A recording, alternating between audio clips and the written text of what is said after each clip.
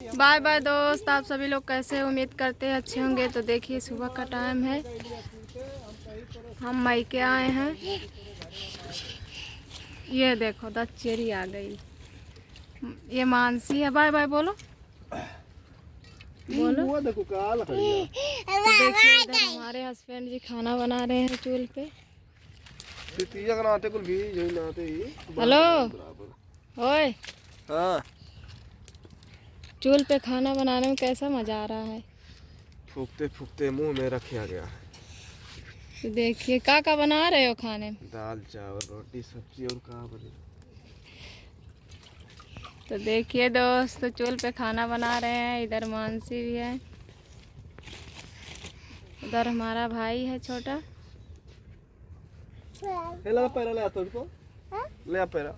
तो दोस्त हम लोग गांव नहीं रहते हैं, हम लोग खेत में हैं। तो देखिए और वहीं किस चीज में का रह रहे सब्जी है हैं। पीछे? पीछे देखिए केले के सब्जी कटा है। आज उसी का सब्जी बनेगा। तो आप लोग को खाना हो तो कमेंट करके बताइए। आप लोग हमारा वीडियो देखिए, लाइक सब्सक्राइब करिए, ढेर सारा प्यार दुलार दीजिए, क्योंकि हम लोग बहुत मेहनत कर रहे हैं।